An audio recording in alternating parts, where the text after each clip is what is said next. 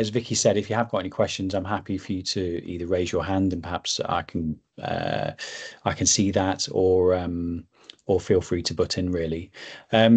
So I'm a consultant gastroenterologist, primarily based at UHCW, but where I'm IBD clinical lead, but also involved with the bowel cancer screening program. I do private work at the Nuffield on a Tuesday with endoscopy and clinic. I sit on various committees for the British Society of Gastroenterology. I think this slide was meant to represent how some people feel about irritable bowel syndrome, and DGBIs is disorders of the gut-brain interaction. Bit of a heart sink, but actually it's not all negative, and we can make a positive impact on these patients, which I hope I'll sort of go through over the course of this talk. It is a talk primarily about IBS, but there are some segues off into various other aspects of gastroenterology as well. So I hope you find it useful. This is a website that's actually just been launched properly today. What's Up With My Gut, which is a website for healthcare professionals. It's been a collaboration between sort of the British Society of Gastroenterology, Association of Coloproctology, and then some patient-facing societies like Crohn's and Colitis, Celiac UK, and the IBS network. So that's actually quite a good resource about sort of different patient pathways and how we should be investigating patients with gut disorders. This is another website mainly for healthcare professionals, which also has quite a few resources on as well. So as we said at the start, I'm going to talk a little bit about irritable bowel syndrome. And really, what is irritable bowel syndrome? Well, this is the sort of, if you want to go into sort of the diagnostic criteria of it, this is what it is. It's abdominal pain, where you're having it at least 1 day a week for the last 3 months, and it's with a couple of other criteria. So it's abdominal pain that's related to defecation. There's a change with your stool frequency and change with stool form, and then it's split up into various things. So your IBS, constipation subtype, diarrhea, and then mixed. But IBS, which is what we sort of talk about and what is most commonly referred into gastroenterology, is just part of a subset of 33 conditions of this disorders of the gut-brain interaction, or functional GI disorders. We've kind of gone more towards the labeling it as disorder of gut-brain interaction, but when you look at it, it's kind of 5 out of 33 diagnoses. So there's lots of other things that are sort of labeled as IBS, which actually probably fall into other categories as well. But yeah, IBS isn't just all about the bowel. Lots of other conditions to think about.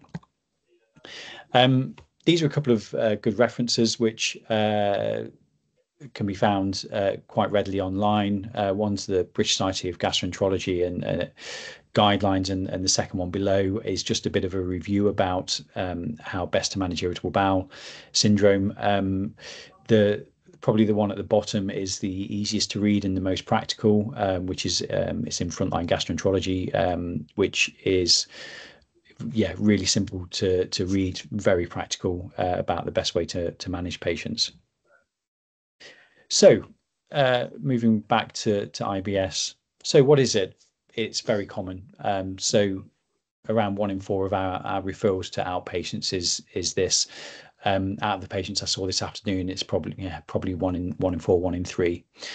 And it's not a one size fits all. It's quite a heterogeneous group of disorders. So and it's poorly understood because of that.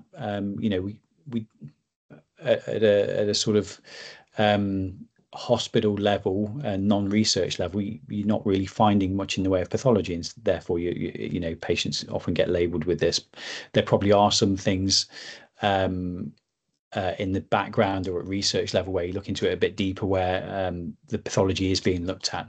But essentially, like I said before, recurrent abdominal pain with abnormal stool form and frequency for at least 6 months, and that varies between diarrhea, constipation, mixed. Patients with IBS often have an overlap with the other disorders of gut-brain interaction. So they might have symptoms like upper GI symptoms such as functional dyspepsia. They might have functional heartburn, etc., etc. And it's more common in females and those with other sort of functional syndromes such as fibromyalgia, chronic fatigue. And it is often influenced not just by physical factors, but biological, psychological, and social issues as well. And what is IBS? Well, it's expensive. So it's a huge cost burden on not both the NHS but on work, on school. So it has an impact on sort of the whole economy and workplace. What do I think about IBS? Well, the cynic in me thinks that most people are constipated. So constipation is very common. So 1 in 7 people are constipated. So as soon as someone's coming with abdominal pain, with bloating, with things like that, the alarm bell that's going off in my head is, are they constipated? Or I always think about it and I always ask about it. And actually, one of the most useful tools that I take to clinic, other than, well, not a pen anymore because everything's electronic now at UHCW, is the Bristol stool chart. So I either get this up on my computer or I have a little card in my bag with this, because actually it's really important. You'll have the patients who will come and see you and say, I'm going to the toilet a lot. And automatically people sort of say, well, bowel frequency has increased, it's diarrhea. But what they'll often do is, if you bring this chart out, they'll often go, well, no, I'm passing rabbit pellets. So you're on that constipated side of the spectrum. So I think the Bristol stool chart is really important when you're assessing patients. This is just essentially more of the same, but it's just talking about those irritable bowel subtypes, depending on the stool type. And that mixed stool pattern, I think I always think that they're probably on the constipated side. This is a sort of a mix of what people come up with. So there's a big class, well, big variation between those stool thresholds, talking about whether you're hard and lumpy or loose and watery. It is important to note that it is a disorder of the gut-brain interaction. And so, why do these conditions occur? Well, often, it can go back to very early life with genetic, environmental factors. So genetics, if parents have IBS, then there will be a chance that the offspring do. There's those sort of possible, abuse in early life, beliefs, behaviors that happen in early life.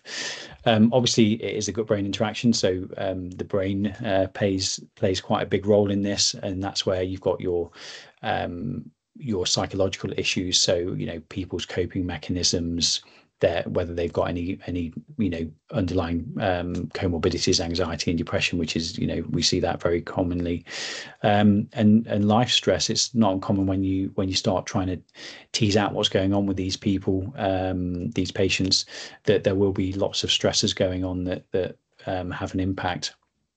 And then this can have an impact on sort of the CNS function. We have this visceral hypersensitivity. So the brain is probably sort of acting as a bit of a faulty smoke detector and overreacting to what is a sort of very small stimulus. And all of this does have an impact on the physiology of the gut. So motility might be slowed down or increased. The patient sensation, like I've just said, with sort of that visceral hypersensitivity, will be increased. I'm sure we're going to hear a lot more about this sort of microbiome over the coming years and decades, and how that plays into all of this. And like I said, at a research level, there will be an element of gut permeability that is altered by patients with sort of disorders of gut-brain interaction. And then this all feeds on into their symptoms. There'll be an interplay, which whether you get mild symptoms or perhaps on the more severe symptoms, and obviously then that has an impact on quality of life, medications, visits to healthcare providers, but also time off work, time off school, and things like that. This is the Coventry and Warwickshire GP Gateway for irritable bowel, which should have been updated since 2019. I'm pretty sure it has, but this is just an old screenshot. So really, irritable bowel, we're thinking those below 45 with those the symptoms that I've sort of suggested. The BSG guidelines, British Society of Gastroenterology guidelines, sort of suggest that above the age of 45 that we should start to investigate people. That's I think still stands really, and obviously the fit coming into the picture now sort of has perhaps changed how the urgency of how we investigate people. But really, it's looking at those what investigations need to be done in patients coming with gut-related symptoms, really. And really, the aim of it is to make a positive diagnosis. So we don't really want these such patients with clear-cut irritable bowel coming in for endless investigations, not being happy with some negative investigations in one trust, perhaps being referred to another trust. So I think it's trying to make a positive diagnosis of irritable bowel and just performing some judicious tests in the first instance, so that you're not just doing more and more tests for the sake of it. We often find patients will come back saying, well, this was normal, this was normal, this was normal, what are we going to do next? And it's actually sitting down with them and explaining, you know, they're normal, we don't need to do anything else. And it's sort of taking the time to explain. Obviously, in terms of those tests, what tests are we suggesting? Well, full blood count to ensure that someone's not anemic, because obviously they probably and will need investigating at that point. CRP, I guess, being raised in predominantly Crohn's, but can be in colitis. We always talk about thyroid function, but I mean, personally, in secondary care, I rarely find that to be abnormal when I'm investigating. The important thing not to miss, though, is celiac disease, and it's really important to send off celiac serology, TTG, or anti-endomysial antibodies. In terms of stool tests, I wish we had one test that would just look for three things, really: inflammation, bile acid, diarrhea, and blood. But unfortunately, we don't have that at the minute. So it is important to send off a fecal calprotectin in that diarrhea predominant population, so that you're thinking about whether they've got colitis or Crohn's rather than irritable bowel. It is important to do cultures, which I think are possibly often overlooked. I think particularly if they've got acute symptoms of diarrhea as opposed to the chronic. And then obviously FIT, I think, which seems to be the test that gets done predominantly now over the others. Obviously, if there's red flags, then patients are going to get referred in. If the FIT's positive, they're going to get referred in. And then if you've tried some treatment for the IBS diarrhea subtype, then you can think about whether there could be something else. You're probably going to be referring into secondary care at that point, but it's considering bile acid diarrhea, which is actually a really satisfying diagnosis to make. It's easy for me to say refer for a CCAT because I can, whereas that's not really, I don't think you're really allowed to do that in primary care. Or some patients, if it's clear cut, and I'll come on to it, but if it's kind of a clear cut case of bile acid diarrhea, sort of post cholecystectomy, or perhaps post terminal ileal resection, then it's not unreasonable to offer an empiric trial with bile acid sequestrants, cholestyramine and cholesevelam. But I'll come on to that. So what shouldn't we be missing? Well, cancer, so the FIT test. Inflammatory bowel disease is really important to look at as well. And you know, the prevalence of Crohn's and colitis is coming up to 1% now. So it is becoming more and more common. Celiac disease I've kind of touched on, but I'll touch on again. Abdominal wall pain in patients presenting with abdominal pain is important because it stops often repeated investigations and consultations. And then I always say constipation. Dr. Disney, there's a question. Yeah, please. It's what is it SECAT? SECAT. Yeah. SECAT. So a CCAT scan. So a CCAT scan is a nuclear medicine scan. Essentially, patients with bile acid diarrhea, they don't absorb bile or they overproduce bile. And what patients do, and I refer for it commonly, is they swallow a pill that's got radio-labeled bile. They have a nuclear medicine scan at day 0, and then they come back 7 days later and have a second scan. And then on the basis of how much bile is retained in the body, you can sort of say whether someone's got bile acid diarrhea or doesn't have bile acid diarrhea. That's what we use in England, in Scotland, and some places they do have a stool test that they can use for that. But currently in England, we use the CCAT scan. But I'll probably come on to that again a bit later. Coming on to red flags, I know preaching to the converted, and you all know NG12 side of things. So these are just things from the various sort of networks that deal with this. Obviously, there's been a lot about bowel cancer over the past couple of years. Obviously, symptoms at the top here, sort of indigestion, jaundice, things like that, talking about pancreatic cancer. But yeah, we don't want to be missing the red flags. Inflammatory bowel disease, I'm inflammatory bowel disease lead, so I can't have a talk without mentioning it.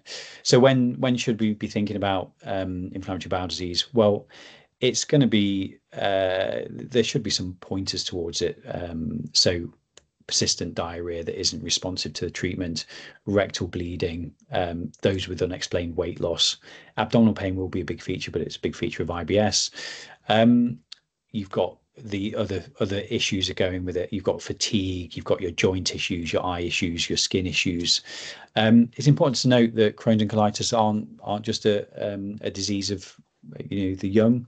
There's definitely a second peak in that 5th and 6th decade. We're getting patients that we're diagnosing in sort of 70s and 80s now, actually.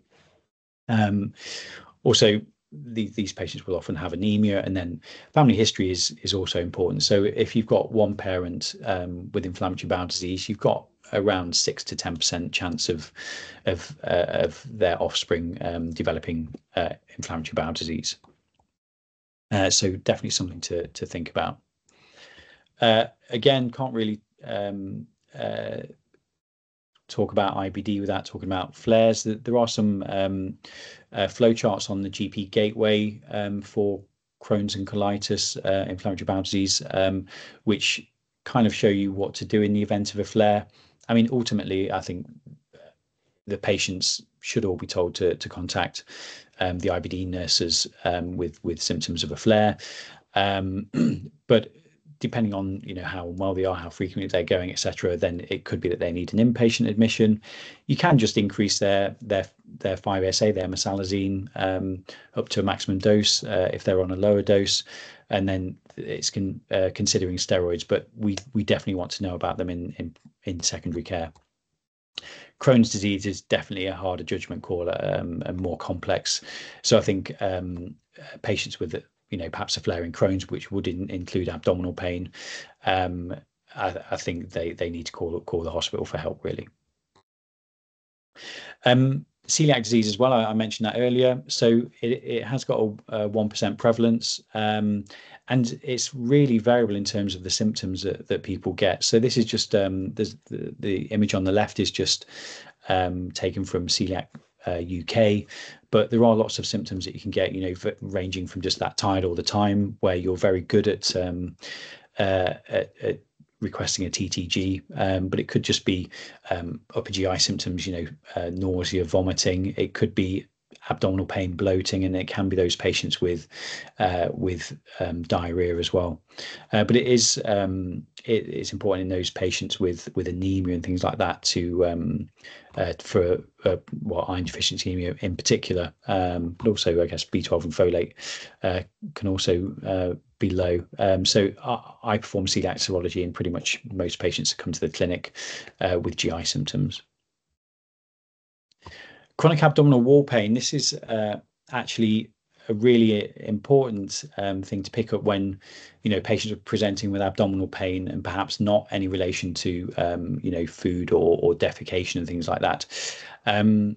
These patients will have sort of very sort of chronic pain, and it'll be related to movement, but it's often very, very pinpoint. So they'll be able to point on their abdomen. It's normally along the sort of abdominal muscles, more medially rather than laterally, where they'll complain of pain, and they'll often be able to pinpoint exactly where it is. It's actually remarkably common. I've seen one patient over the past couple of months with the Nuffield, but I think even amongst gastroenterologists, if I talk to a lot of people about this, they'll probably go, "Oh, I don't know much about this. I don't know what Carnet sign is." Carnet sign is this it's got this nice graphic on the right hand side where there's two ways of doing it. You can get patients to lift their legs or bringing up their chin, but essentially, if you're palpating that site of pain, if there's increased pain when they start flexing their chin or bringing their legs up, then the abdominal pain is likely to be related to the abdominal wall as opposed to being deeper inside and visceral. The beauty of this is it can be treated with trigger point injection. It's normally a combination of a local anesthetic and a steroid at the site. And patients, rather than being referred into gastroenterology, perhaps go to the pain team straight away for management. So yeah, definitely something to consider in patients with chronic abdominal pain. Going on to investigations, we all know why you're going to be referring people on for a colonoscopy or CT colon might be picked in clinic instead. Again, this is all picked from really the lower GI pathway guidelines, although I think a lot of it now depends on that having a positive fit, and obviously the palpable masses also. But yeah, these are the sort of what why we'll be investigating.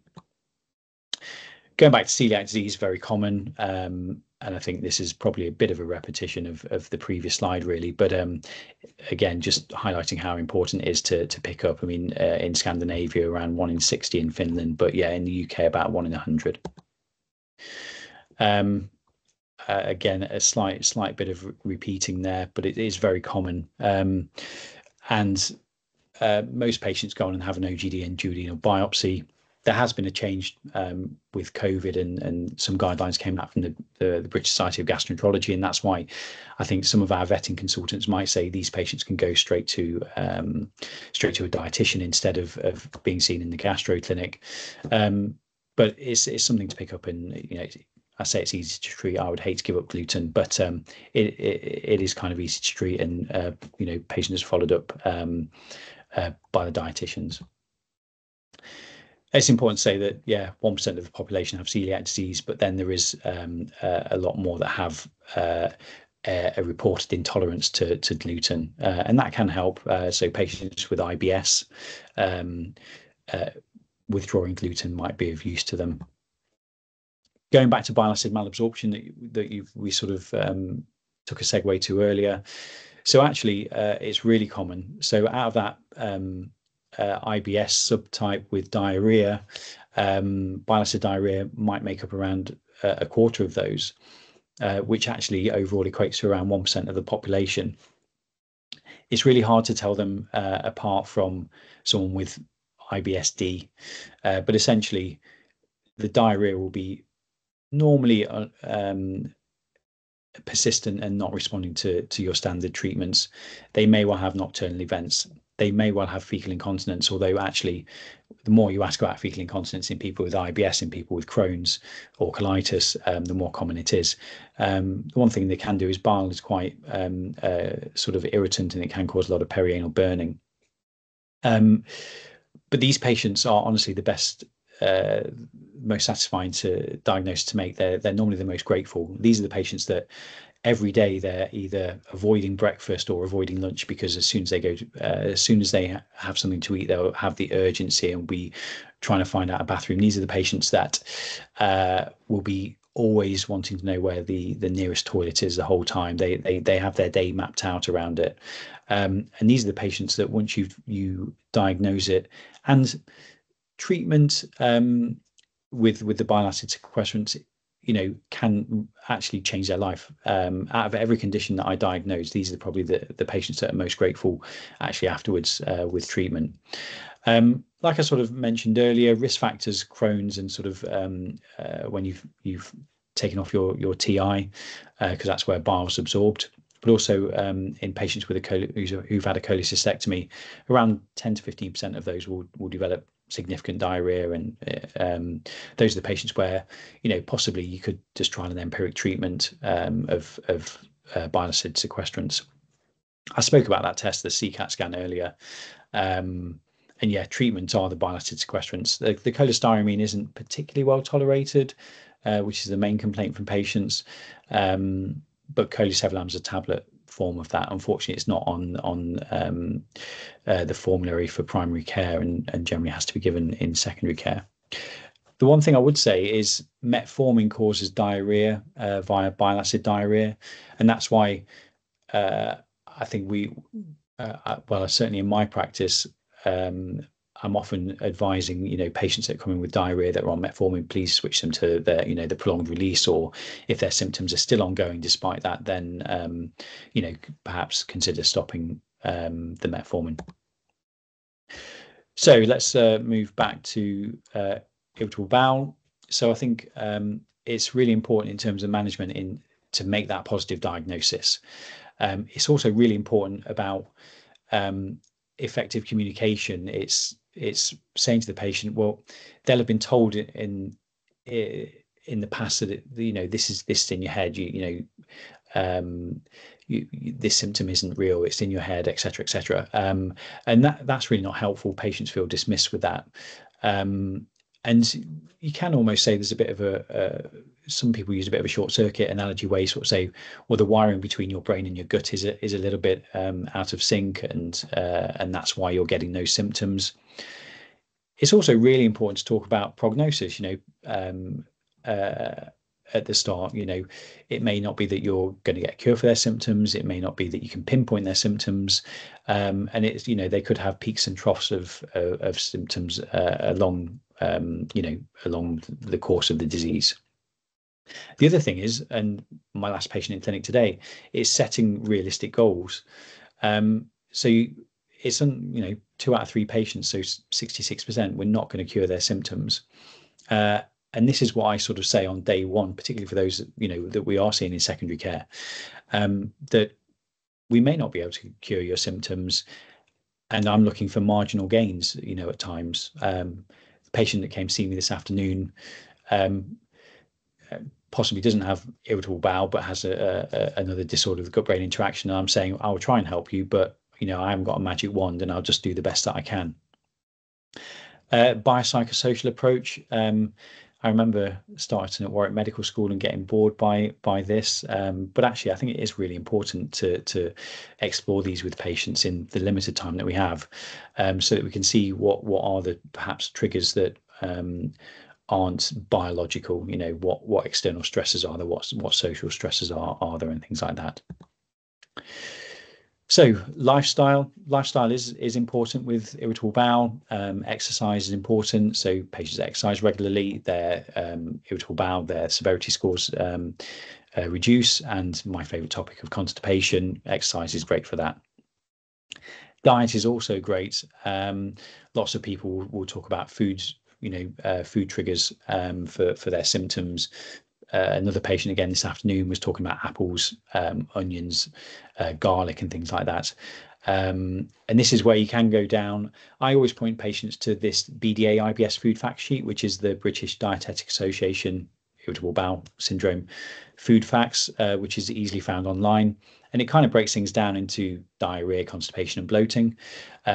So that's an initial first step in the management for patients.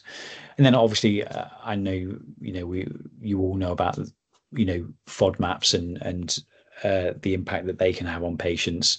So FODMAPs are fermentable oligo, di, monosaccharides, and polyols. Quite common amongst food, but the sort of the big things that we talk about are apples, onion, garlic, artificial sweeteners, bread, dairy, those sort of things. So that's another thing from a dietary perspective. Dietitians will also always say that these patients should be seen by a dietitian if you're going down that low FODMAP route, because that low FODMAP diet is not meant to be a sort of a chronic diet. It's meant to be having a period of restriction and then trying to introduce foods afterwards. So I know dietitians are really stretched, but those patients, we really should be trying to get some dietetic input.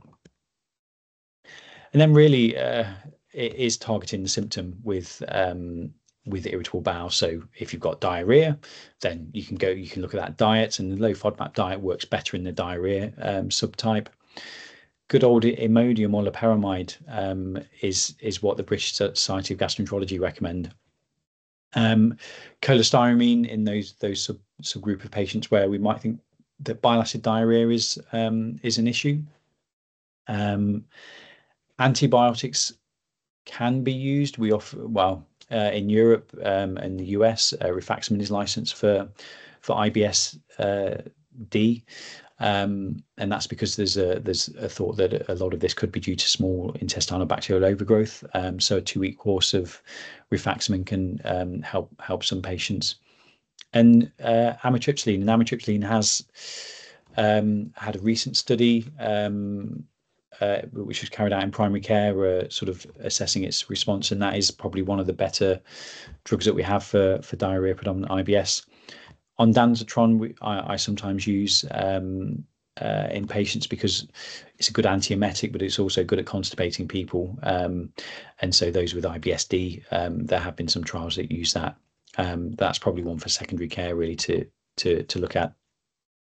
Constipation, apart from the exercise and lifestyle that we talked about, diet is important, but then you're going to go through your sort of laxatives. So patients often are taking the over-the-counter laxatives.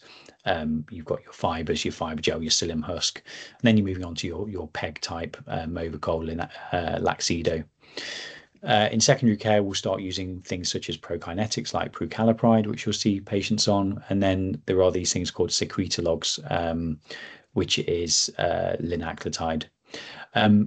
I tend not to use lactulose because essentially it's a sugar that isn't absorbed and often causes bloating. The other thing to note in constipation is you could advise people to use I will say a squatty potty. That is a product, but lifting the knees up can help with that pelvic angle and can help patients pass with constipation have a better bowel movement. But again, moving on to symptoms, pain can be the simple antispasmodic. So peppermint tea, I often advise people. Buscopan's probably got the best evidence for the sort of anticholinergics. I've mentioned low dose tricyclics in the past. I would say avoid opiates. And I know that's easier said than done because often patients will have a comorbidity that they've been put on opiates for, but opiates have an impact from sort of mouth to anus in the GI tract, and we really, I particularly don't like them.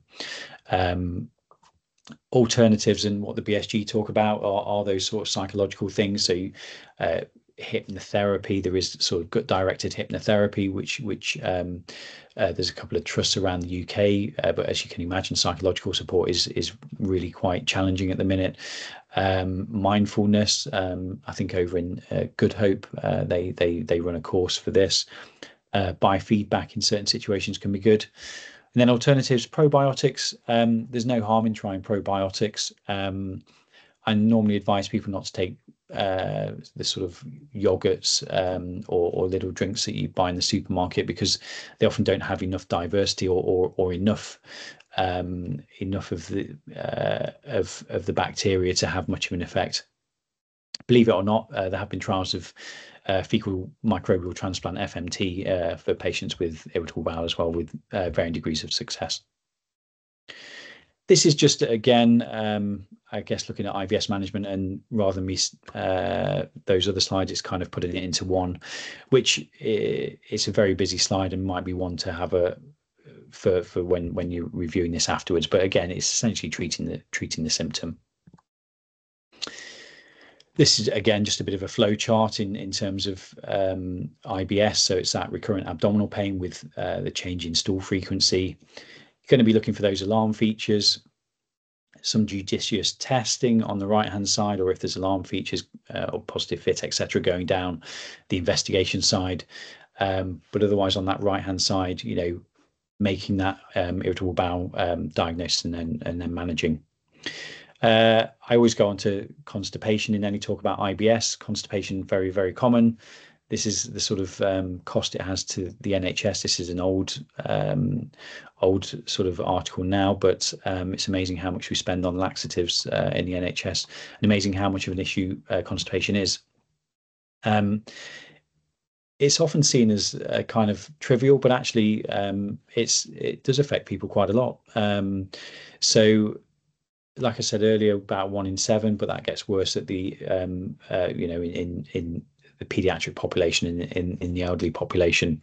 It does have an impaired quality of life, and the thing is, it's people go into this sort of cycle about of taking a laxative, and then for a few days they won't take a laxative, then they'll sort of take a laxative again when their symptoms come back. It's trying to break that cycle so that they're on regular sort of a low dose of whichever laxative helps them, just so that they're breaking that cycle and having a more regulated bowel movement. These are just some examples of quotes from patients that I've seen in the past. Can I get colonic irrigation? And then I've had one person that made enemas at home and gave themselves. So it's amazing how people suffer with this. And constipation isn't just about infrequent bowel movements, which is what everyone thinks that it is, and the hard consistency of stool. But infrequent bowel movements isn't the big one. So if you look at this this study, straining, flatulence, abdominal discomfort, bloating, those are all symptoms of constipation that we perhaps don't necessarily ask about all the time. Everyone always goes on that sort of infrequent bowel movements, but it's important that, there are other symptoms to constipation. And in fact, one patient, thinking about my clinic, it was probably 50% sort of irritable bowel. Another patient today, his main symptoms were that of flatulence and bloating, and examining him and going through everything, I felt that his symptoms were more consistent with constipation. This is taken from the British Society of Gastroenterology, and again, it's a slight repetition of one of the earlier slides, but just to sort of, it's going down that chronic constipation on the left, or IBS-C on the right-hand side. The initial treatments are mostly the same, with the lifestyle modification, the Movicol or Laxido, and then it's the things that you can add in afterwards. But again, like I said earlier, some of those things are only medications that are prescribed in secondary care. So moving on to a bit of a summary. So what not to miss? Obviously, the biggest thing that we don't want to miss is cancer, inflammatory bowel disease, another condition associated with huge sort of comorbidity if not treated well. So very important to pick up. Infections, always not one to miss, and celiac disease, and definitely bile acid diarrhea is always up on my radar. Just a summary about how to treat: lifestyle, diet, and targeting that symptoms. And then when to refer, you've got your red flags, your diagnostic uncertainty if people are failing, and then I guess there is that patient choice.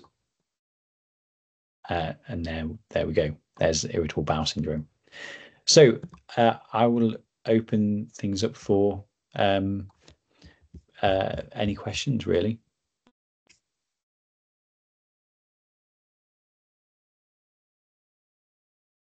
Thank you, Dr. Disney. So if anyone has any questions, if you want to take yourself off mute.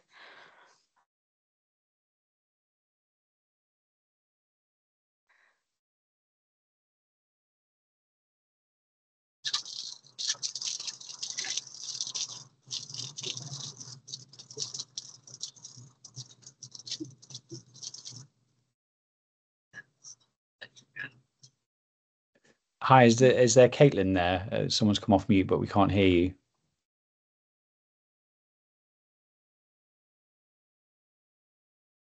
Nope. We do have a Hello. question in. Oh, We've yeah. got a question. We've got a question in the chat.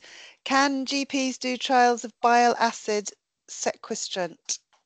Yeah, so I think it's sequestrant. Yeah, I think it's perfectly reasonable if the clinical suspicion is high. So if someone didn't have diarrhea before having their gallbladder out and they develop significant diarrhea afterwards, then absolutely, I think it's not unreasonable to do that. Yeah, I would have no issue with that. Although you are limited with cholestyramine because the other bile acid sequestrants, generally speaking, on formulary and have to be prescribed by secondary care. I think there was a hand up. I don't know whether it's gone down. There is a hand up. Jenny. Hi, Dr. Disney. Thank you so much for the talk. Obviously, we see there's tons and tons and tons, and there is quite a lot of people who come without any hope. I thought I'd give you a face because you've just had lots of initials all night. So it's a tricky area, and I think you've covered a lot of stuff.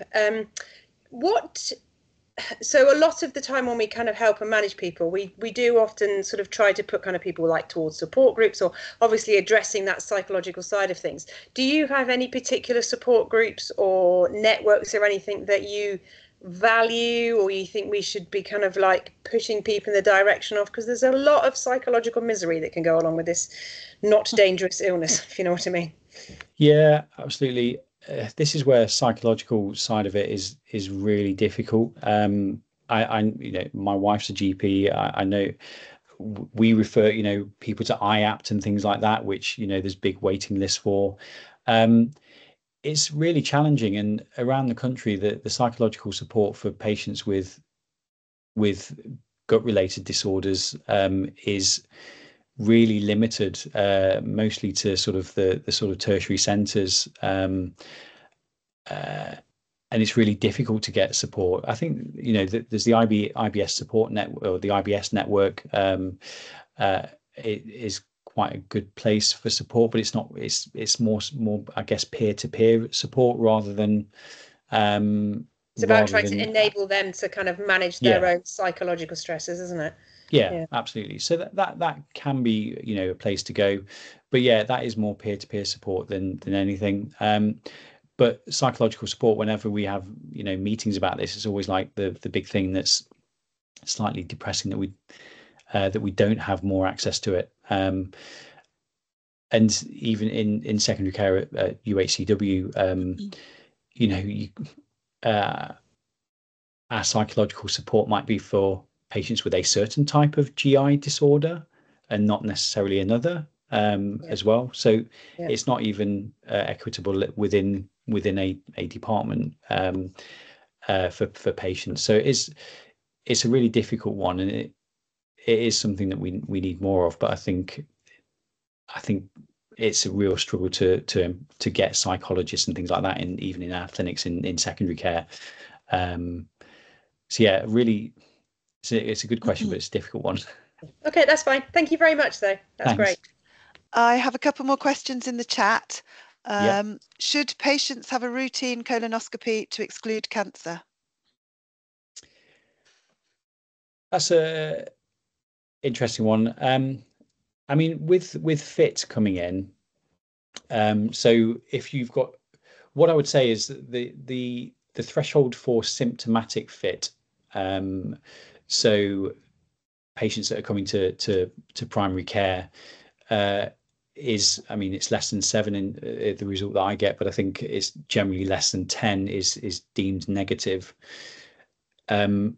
Those patients, really, the aim of doing all these studies on FIT was to try and avoid patients being referred for invasive tests. So patients with a negative FIT, or people, some pathways might go for a, double negative FIT in the non-anemic patients. They don't necessarily need a colonoscopy.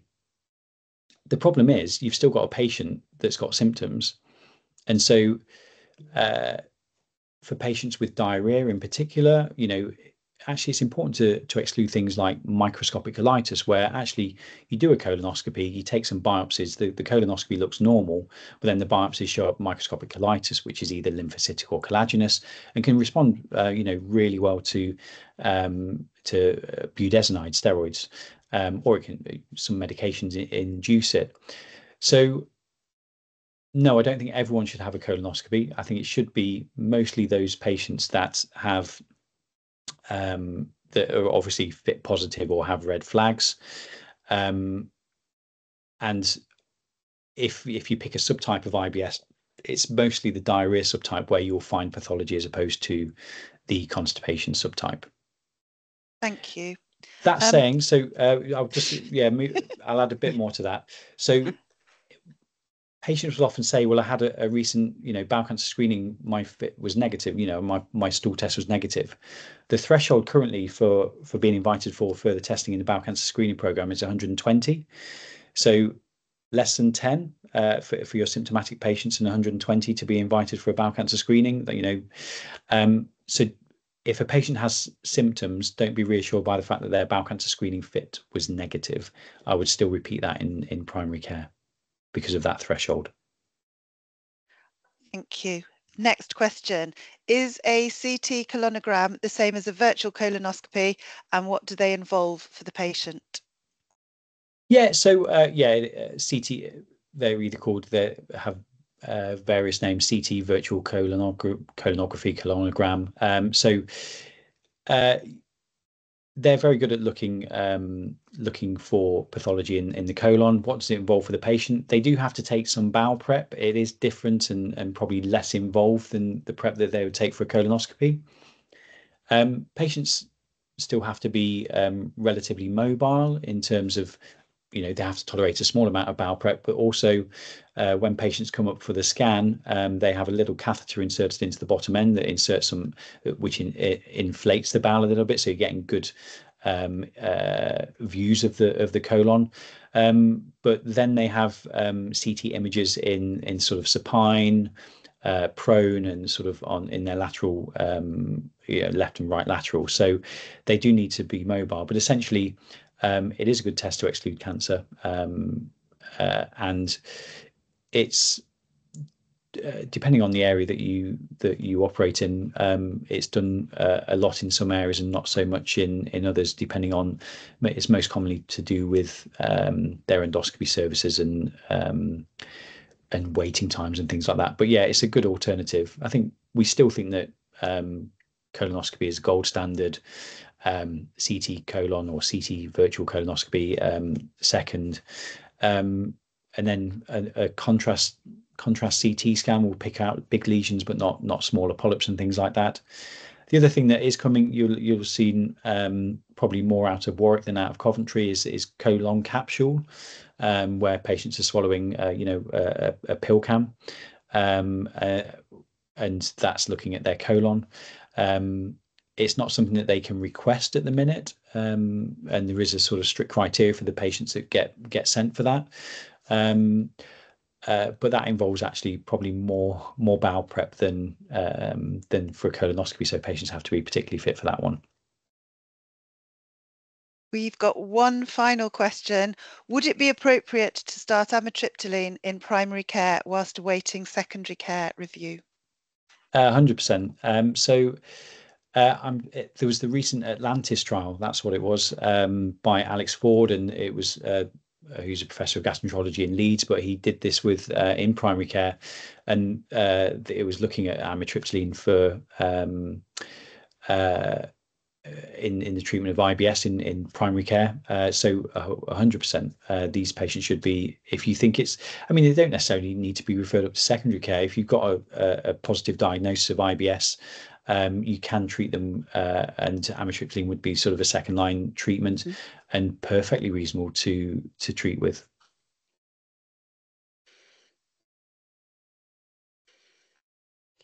I think that's all of the questions. Oh, may we have an email contact for future use? Absolutely. Okay, no problem. I can send that over when I send over CPD certificates. I'm also going to send out the slides from this evening's talk as well, and a link to the recording. So I think a couple of you may have joined a little bit later. So if you want to watch the beginning, you're very welcome to. So like I said, I'll send them over the next few days. I have put a link to our feedback form in the chat function. If you wouldn't mind leaving some feedback for both, it's for the whole evening, so feedback for Dr. Disney and about how the event has gone. Like I said earlier, it'll only take a minute or so. If you can do that, that'd be brilliant. Thank you, Dr. Disney, with lots of thank yous and great lecture and in the comments. So thank you for joining us this evening, and thank you everyone for joining, for attending. Like I say, I'll be in contact within the next few days with CPD certificates. Like I said, that's our last lecture now until September, but we are still running our lunch and learn. So if you would like any talks in your practices, then just let either myself or Mel know, and we'll be happy to try and arrange that for you. So I think that's everything. So thank you, Dr. Disney, and No good problem. night, Thank you. everyone. Thank you. Good Bye night. bye. Hope to see you all in September face to face. Bye bye. Bye.